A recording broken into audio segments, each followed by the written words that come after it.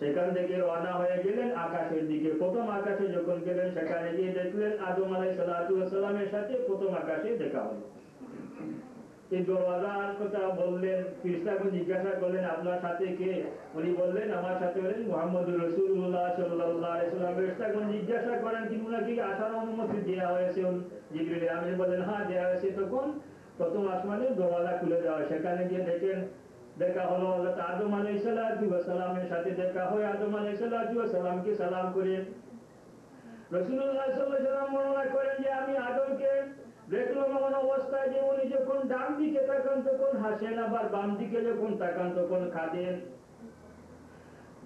রাসূলুল্লাহ সাল্লাল্লাহু আলাইহি ওয়াসাল্লাম বলেন আমি জিবরিল আমিনকে জিজ্ঞাসা করলাম হে ভাই জিবরিল উনি কে? আর উনি ডান দিকে তাকাইলে হাসেন, আবার বাম দিকে তাকাইলে যখন দৃষ্টি দেন তখন কাঁদেন কেন, তার কারণটা কি? জিবরিল আমিন বলেন উনি হলেন মানব জাতির পিতা আদম আলাইহিস সালাতু ওয়াস সালাম। উনি যখন ডান দিকে তাকান তখন ওনার সন্তানদের জান্নাতি আত্মা যেগুলা এগুলাকে দেখুন তখন উনি খুশিতে হাসেন। আর যখন বাম দিকে তাকান বাম দিকে ওনার জাহান্নামী সন্তানদের আত্মা যেগুলা এগুলাকে দেখে দুঃখ আসে, এই জন্য কাঁদেন। তো সেখান থেকে আদম আলাইহিস সালাতু ওয়াস সালামের সাথে কথাবার্তা হলো। সেখান থেকে দ্বিতীয় আসমানে গিয়ে হলো ঈসা এবং ইয়াহইয়া আলাইহিস সালাতু ওয়াস সালামের সাথে সাক্ষাৎ হলো। ঈসা এবং হযরত ইয়াহইয়া আলাইহিস সালাতু ওয়াস সালামের সাথে সাক্ষাৎ হলো। সেখানে কিছু কথাবার্তা হয়। সেখান থেকে আরো কিছু তৃতীয় আকাশে যখন গেলেন সেখানে গিয়ে তৃতীয় আকাশে গেলেন হযরত ইউসুফ আলাইহিস সালাতু ওয়াস সালাম। তৃতীয় আকাশে হযরত ইউসুফ আলাইহিস সালাতু ওয়াস সালামের সাথে সাক্ষাৎ হয়। চতুর্থ আকাশে হযরত ইদ্রিস আলাইহিস সালাতু ওয়াস সালামের সাথে সাক্ষাৎ হয়। পঞ্চম আকাশে গিয়ে হযরত হারুন আলাইহিস সালাতু ওয়াস সালামের সাথে সাক্ষাৎ হয় এবং ষষ্ঠ আসমানে গিয়ে হযরত মূসা আলাইহিস সালাতু ওয়াস সালামের সাথে সাক্ষাৎ হয়। সপ্তম আসমানে গিয়ে হযরত জিবরিল আমিন হযরত ইব্রাহিম আলাইহিস সালাতু ওয়াস সালামের সাথে সেখানে সাক্ষাৎ হয়। ইব্রাহিম আলাইহিস সালাতু ওয়াস সালামের চতুর্পাশে দেখলেন কিছু ছোট ছোট বাচ্চা। হুজুর আকরাম সাল্লাল্লাহু আলাইহি সাল্লাম জিবরিল আমিনকে জিজ্ঞাসা করলেন উনি কি এই গাছের সাথে বড়ই ফুল গাছের সাথে হেলান দিয়ে বসে আছেন? জিজ্ঞাসা করলেন উনি কে এবং ওই যে ছোট ছোট বাচ্চা এগুলা কারা? তখন জিবরিল আমিন বললেন উনি হলেন ইব্রাহিম আলাইহিস সালাতু ওয়াস সালাম এবং ওনার পাশে যে সমস্ত ছোট ছোট বাচ্চা দেখতেছেন ওরা হলো যারা মানে ছোটবেলায় যে সমস্ত শিশু সন্তান মারা গেছে এরা হলো ওই সমস্ত বাচ্চাদের আত্মা। সেখান থেকে যখন সপ্তম আসমানে যখন সেখান থেকে যখন সিদরাতুল মুনতাহা বসলেন সেখানে যাওয়ার পরে জিবরিল আমিন বললেন ইয়া রাসূলুল্লাহ এখানে আমার হলো শেষ সীমানা সিদরাতুল মুনতাহা, আর আমি উপর দিকে যেতে পারবো না।